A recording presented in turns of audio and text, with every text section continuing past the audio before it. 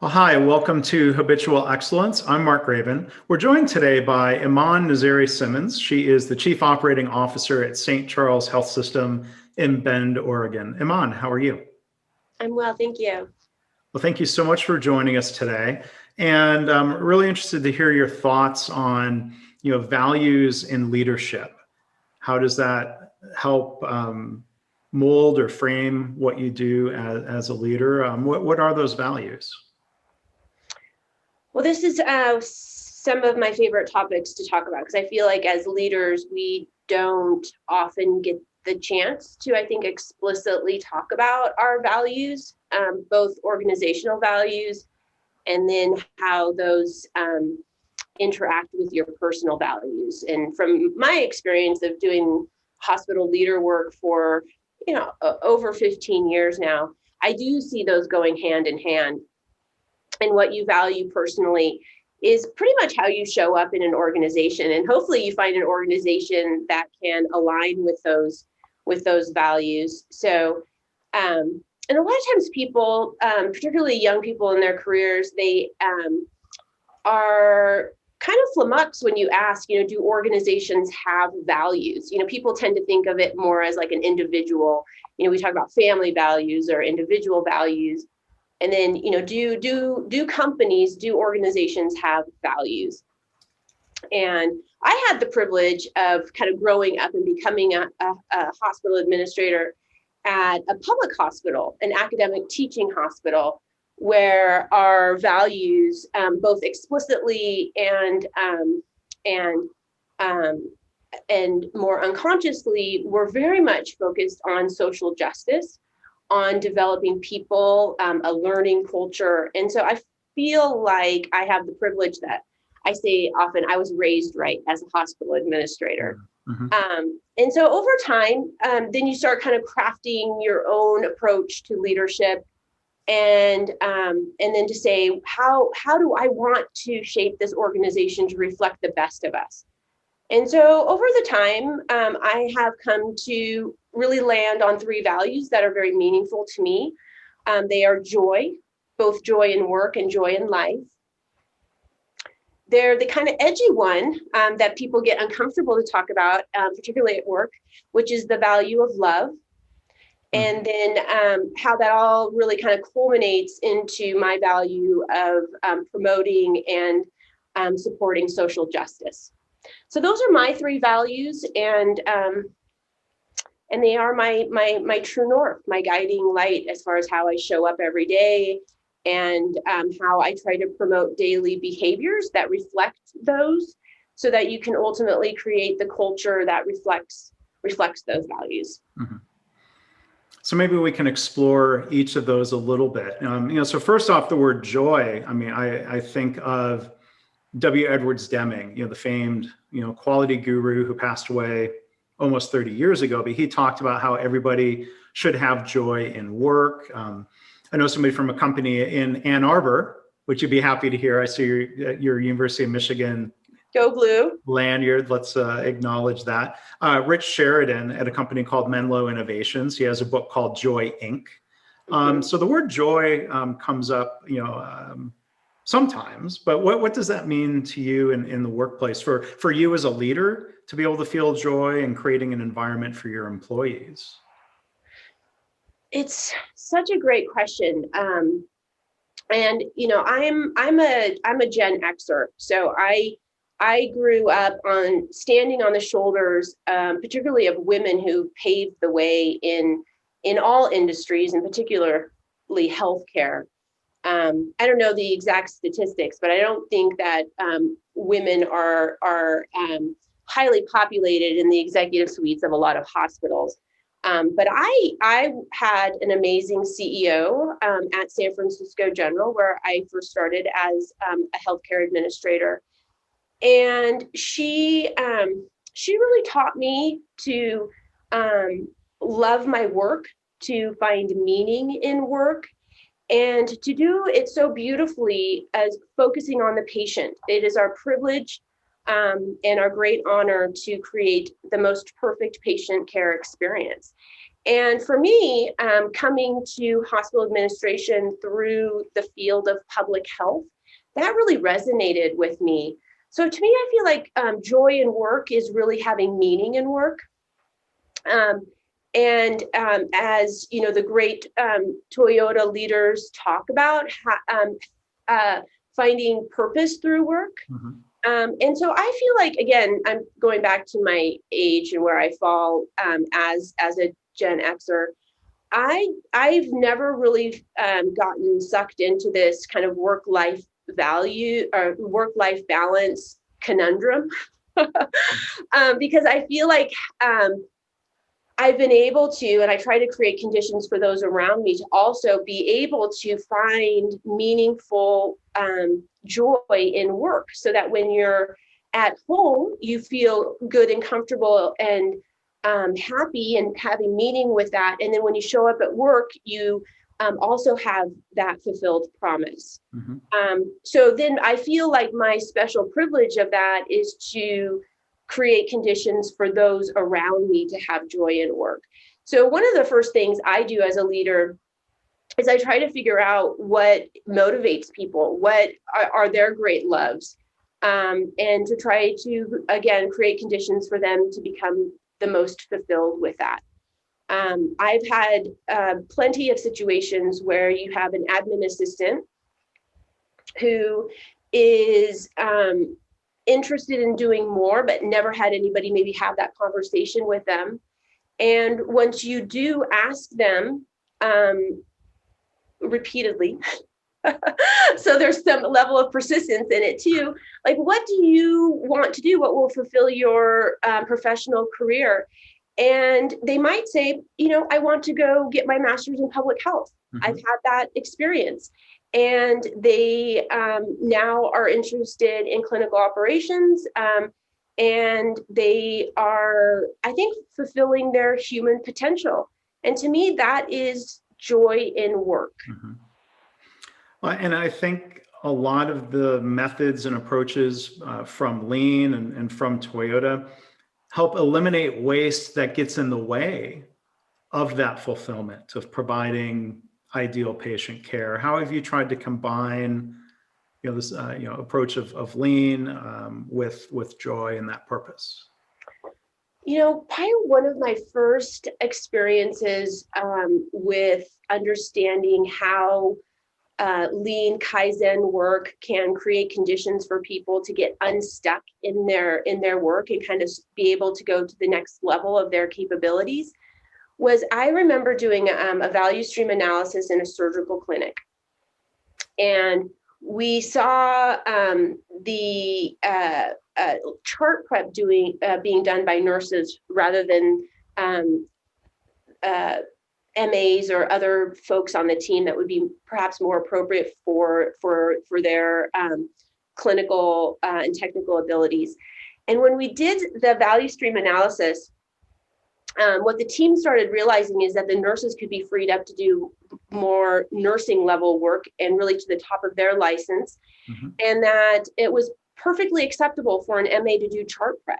And that kind of territorialism and that skepticism about whether or not an MA could do this work was really alleviated. And one of the coolest things about this was that one of the nurses that was involved in that clinic improvement work, she moved on to become the manager of the operating room. And I feel like unless that experience through value stream analysis and through the work of that team, that may not have happened, or maybe it wouldn't have happened in such a rapid fashion.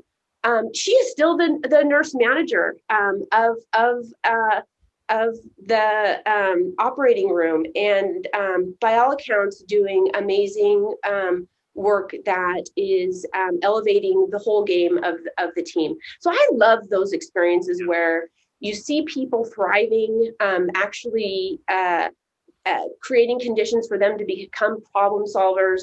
And honestly, that's when people's wings start opening up and you fly, and you either intentionally or unintentionally create conditions for people to fulfill their human potential. Mm-hmm. Well, and as a fellow Gen Xer, I also wanted to comment, like the old stereotype is of the quote unquote slacker, and Gen X is, thinks it's cool to not care about anything. I think that's a bad stereotype because Every generation gets kind of a bad rap. I don't know. I've noticed that people like to talk badly about millennials. I find them to be an extraordinary generation that have figured out a lot of things around what makes them happy. And then as a mother of a Gen Zer, I mean, this is the generation that's going to save us all. They're so wise and they care a lot. So yeah. I'm hopeful. Yeah. Well, and I'm glad that you care so deeply about this work. And when you talk about caring for others to help, whether it's an admin assistant or someone else, you're trying to help give them opportunities, and that's maybe one way of here. Maybe it's back to this word love in the workplace, which I'll tell you, having started my career in manufacturing, nobody used the word love, but in healthcare, the word does come up quite a bit. But why do you say, you even kind of prefaced it by saying it might be controversial? Mark, I think people would think that the word love is used more in healthcare, but interestingly enough, it's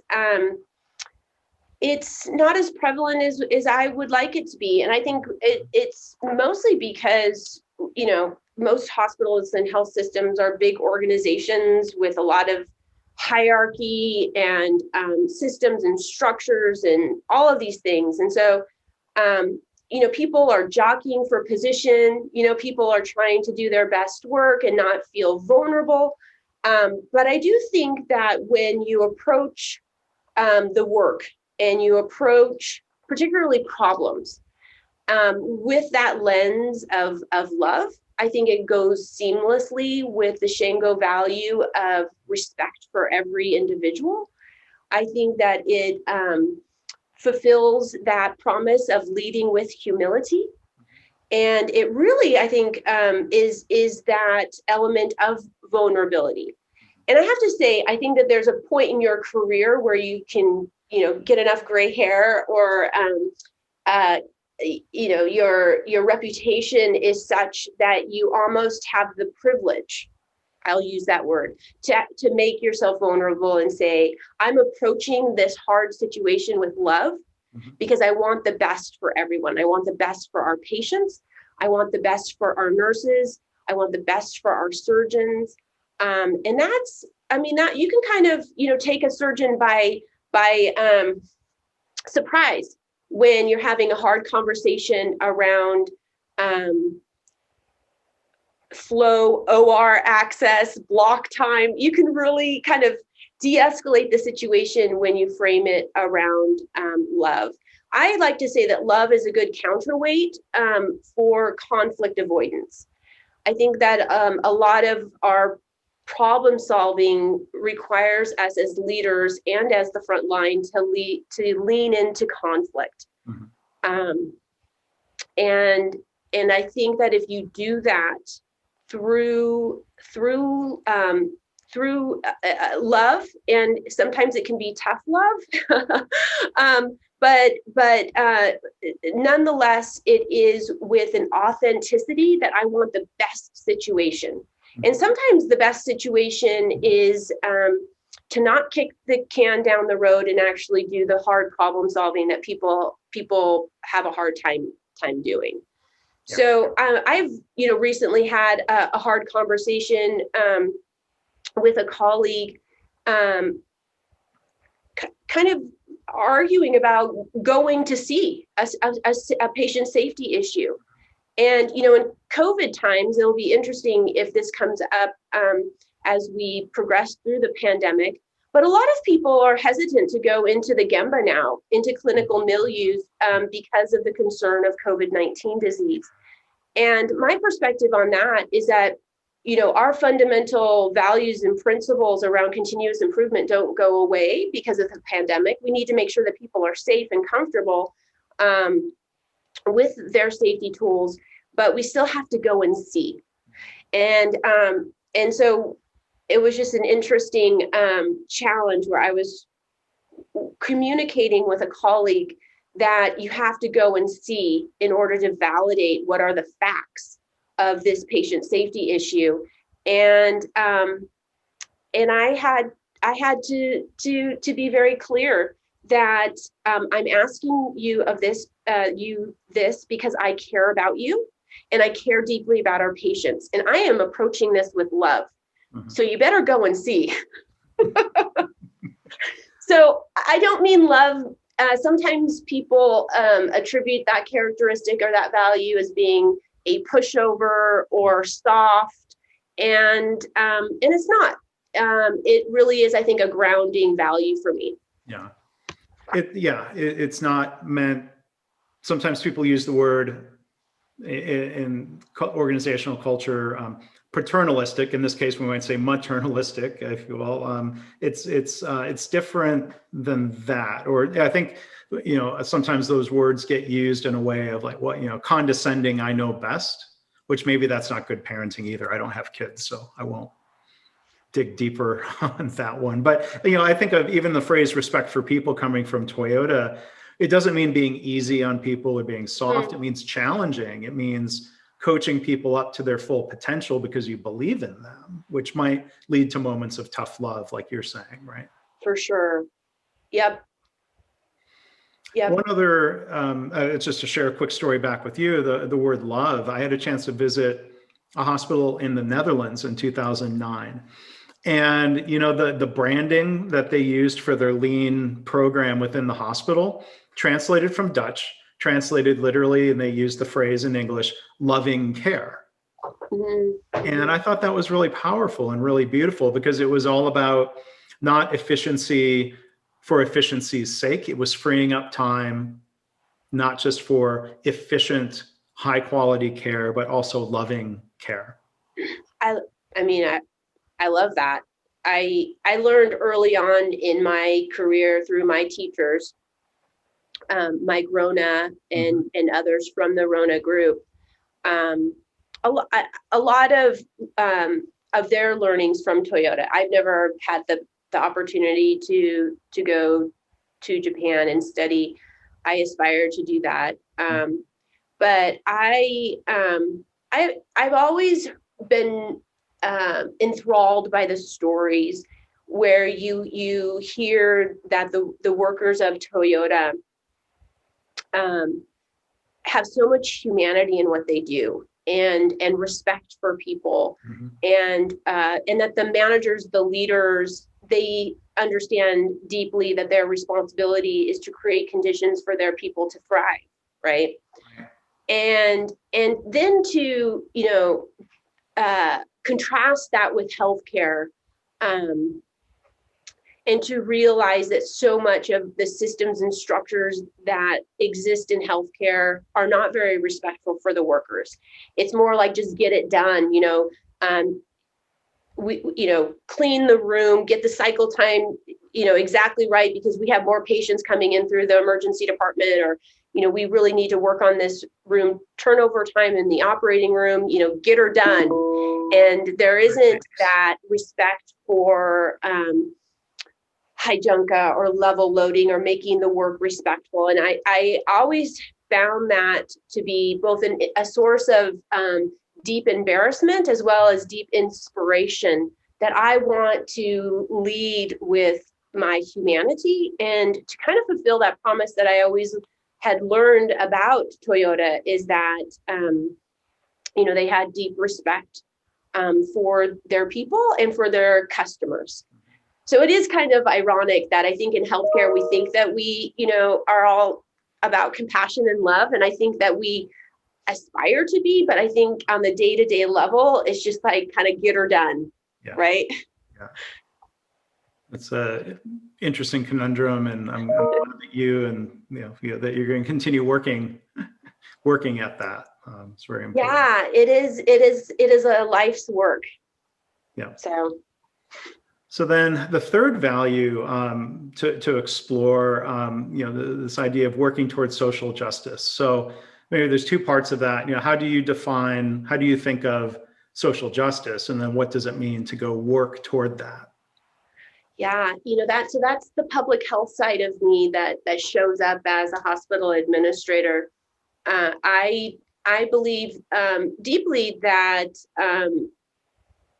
we as a society should do everything that we can for everyone to achieve their human potential. Mm-hmm. And I think that we're realizing this more and more, perhaps, or all people are now realizing that not everybody, depending on the community or the group that you belong to, has equal access to that human potential. So I learned that at a very young age, just because of my own life story. But I have very much integrated issues of equity, social justice, honoring diversity in both my personal as well as my professional life. Mm-hmm. So to me, I work really hard to think about how are we setting up systems to best serve our patient population that is often much more diverse than the people that are taking care of them in the hospital. I believe deeply that healthcare and health is a human right. And that's kind of also kind of edgy with the business side of healthcare, particularly in America. So I like to have that show up for me, is that regardless of your ability to pay, your race, ethnicity, gender, ability, sexual orientation, rural versus urban, that regardless of that, you deserve perfect care. Mm-hmm. You deserve perfect care. And it's my unique privilege to create the opportunity for that perfect care to be delivered. And so I share that a lot with our workers, both at San Francisco General and now at St. Charles, because I think that it is such a good reminder. It kind of goes back to that love word. It's such a good reminder as far as why most people go into healthcare. Is because they're motivated by compassion, by excellence of care, by being a helper. Most healthcare workers love and really see their identity as being a helper.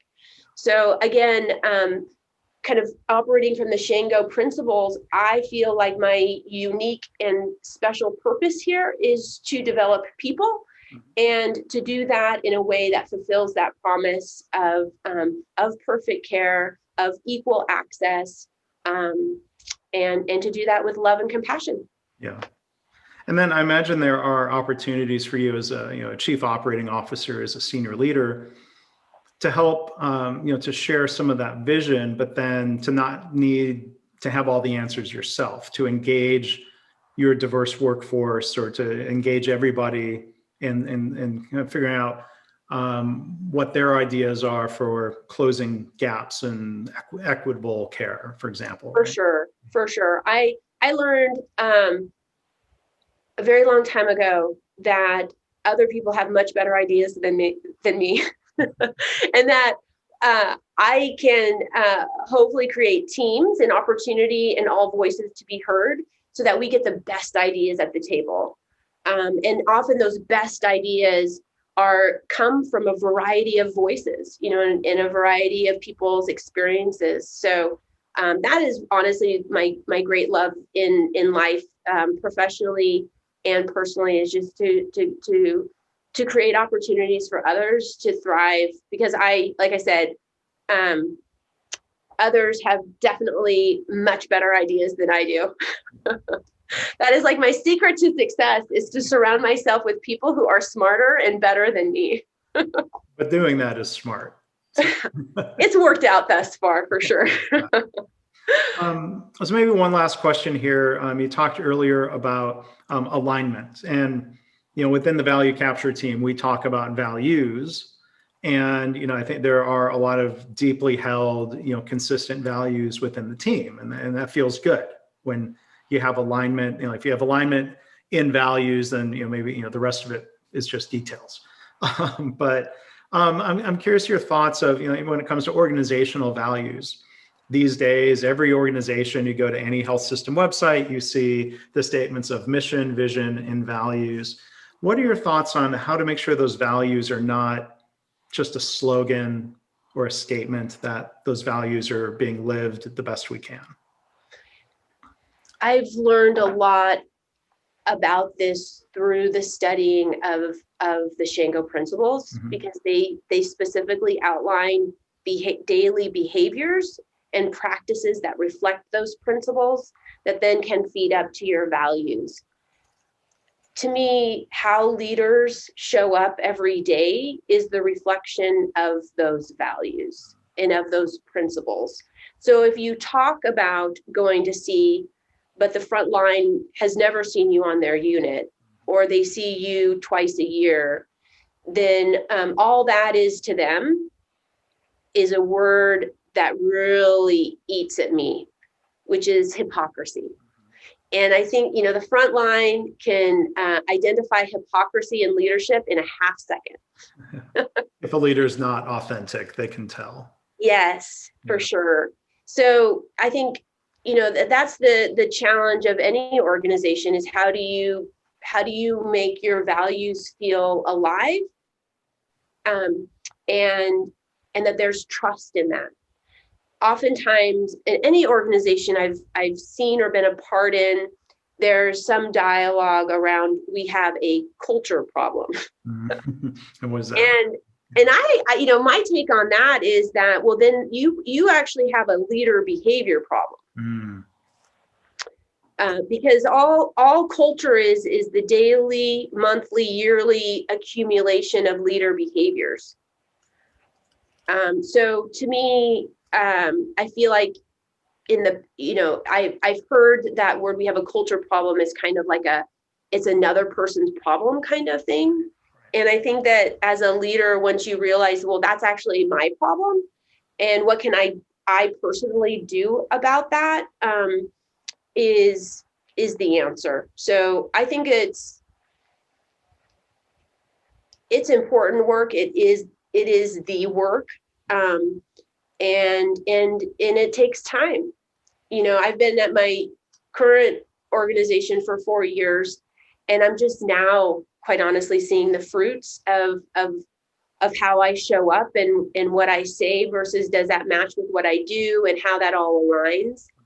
At my previous place, I was there for 14 years, and that's a long time. You actually have 2 cycles of culture change opportunity, right? If you think about culture change takes 5 to 7 years. I had 2 amazing cycles there. So anyway, that's a lot to your answer around values and organizational culture. All right. Well, thank you, Iman. And I mean, these are rich topics, so you've shared a lot in the relatively brief time that we have here today. So thank you for being here. Thank you for what you've shared. Oh, thanks for having me. It's been a ton of fun. Well, good. I'm glad you agree. So our guest has been Iman Nazeeri-Simmons. She's the Chief Operating Officer at St. Charles Health System. So again, thanks. Thank you.